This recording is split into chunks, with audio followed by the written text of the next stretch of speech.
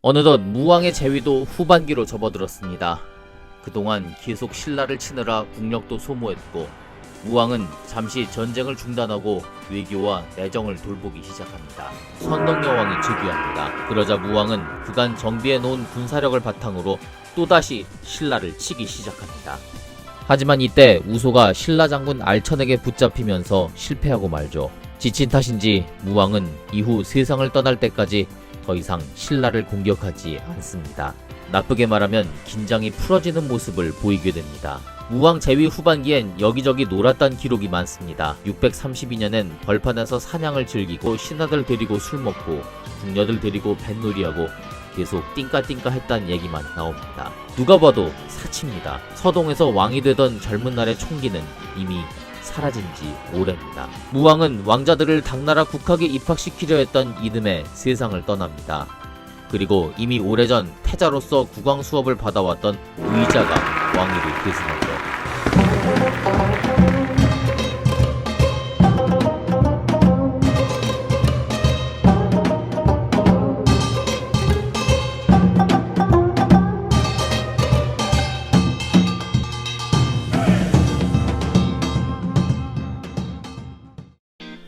여러분 안녕하세요.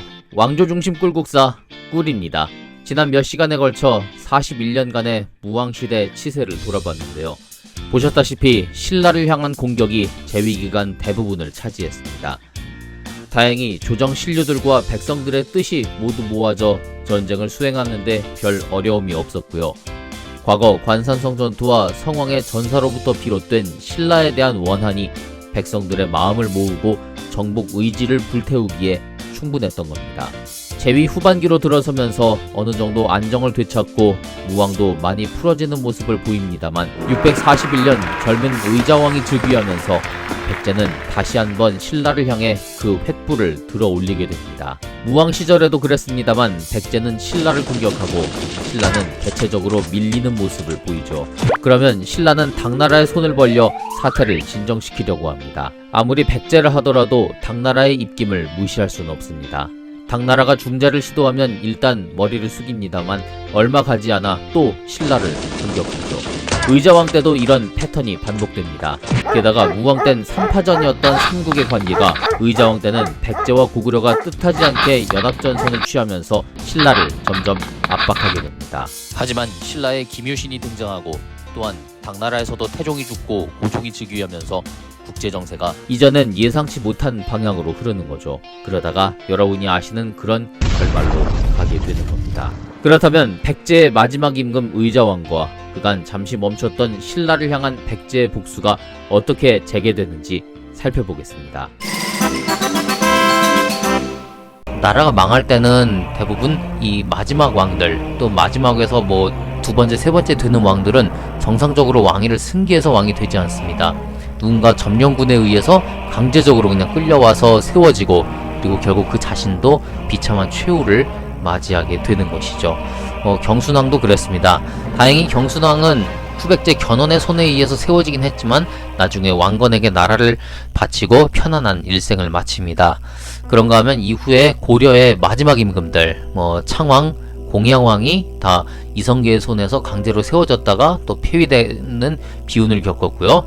또 우리 조선 대한제국의 마지막 황제였던 27대 순종 황제 역시 일제에 의해서 강제로 세워졌다가 결국 나라를 잃는 그런 비운을 맞았습니다.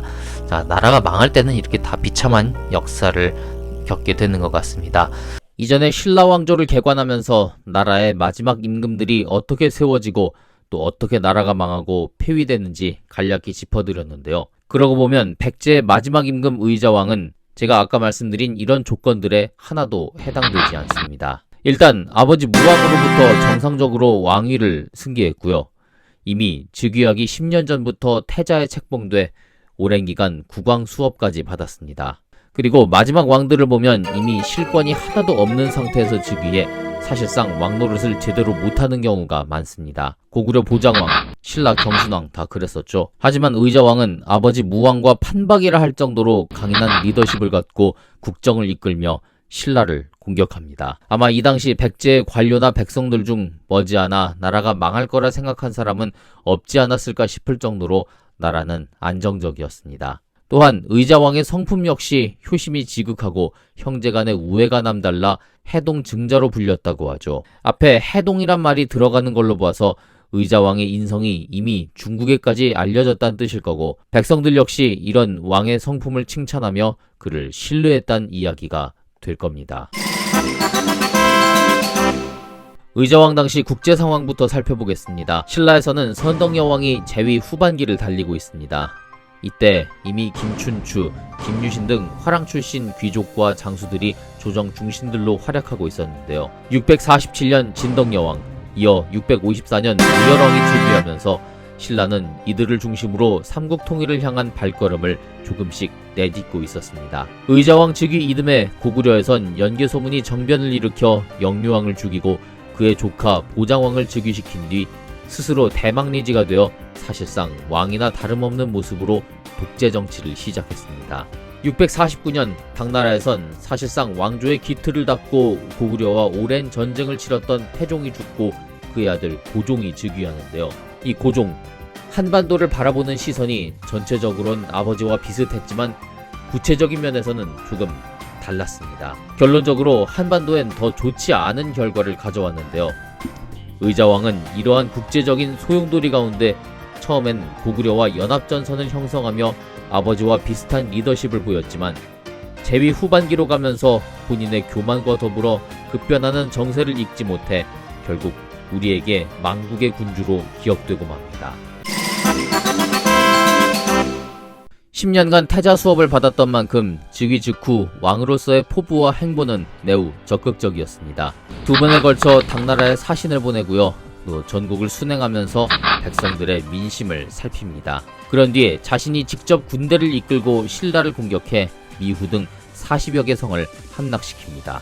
외교, 내정, 군사 어느 것 하나 빠지지 않는 면모입니다. 전쟁에서도 승리를 거뒀으니 백성들의 지지도도 하늘을 찔렀을 겁니다. 마침 이때 고구려도 신라를 공격하는데요. 신라로서는 엎친 데 덮친 격이고 그런 신라를 공격하는 백제로서는 아주 적절한 타이밍에 고구려가 나타나준 겁니다. 그래서 그 틈을 노려 다시 윤충을 보내 대야성을 공격해 함락시킵니다. 여기엔 유명한 일화가 하나 전해 내려오죠. 당시 대야성주는 김품석, 신라의 실권자였던 김춘추의 사위였습니다. 김춘추에게는 딸 고타소, 그리고 그 아래로 범민, 인문 등의 아들이 있었는데요. 고타소의 남편이 김품석이었죠. 대야성은 신라의 수도 서라벌로 가는 길목에 있었습니다. 그래서 방어가 매우 중요한 지역이었고 김춘추는 무예가 출중하고 자신이 전적으로 신뢰할 수 있던 사위에게 이 대야성을 맡긴 겁니다. 그런데 이 김품석이 무예와 지략은 뛰어났는지 몰라도 인성이 아주 개판이었습니다. 걸핏하면 술 먹고 부하들을 때리기 일쑤였죠. 당연히 백성들도 제대로 돌보지 않고 괴롭히기만 합니다. 원성이 자자했죠. 그러다 어느 날은 부하장수 거밀의 아내를 빼앗고 맙니다. 아주 쓰레기죠? 드라마에선 이 거밀의 아내를 백제의 첩자로 그려서 마치 이런 상황을 유도한 것처럼 나오기도 합니다만 이야기에 등장하는 사실만을 기반으로 볼 때 김품석은 정말로 리더의 자리에 있어서는 안 될 매우 악질적인 인간이었던 겁니다. 그걸 아는지 모르는지 그저 사위라고 감싸는 김춘추도 참 한심해 보이죠. 아내를 빼앗긴 부하 거밀은 이 일로 김품석에게 앙심을 품고 백제군에 투항하고 맙니다. 대하성에 대한 중요한 정보를 접하게 된 백제군은 거밀을 앞세워 대하성을 공격하고 김품석은 물론 그의 아내 고타소와 가족들을 모두 잡아 죽인 뒤 대하성의 백성들을 사로잡아 인근 지방으로 강제 이주시킨 뒤 군사를 두고 성을 지키게 했습니다. 신라로서는 도성을 지킬 요새를 잃고 만 겁니다. 승전 소식을 들은 의자왕은 매우 기뻐하고 윤충을 불러 치하하며 큰 상을 내립니다. 신라는 절대 가만히 있을 수 없습니다.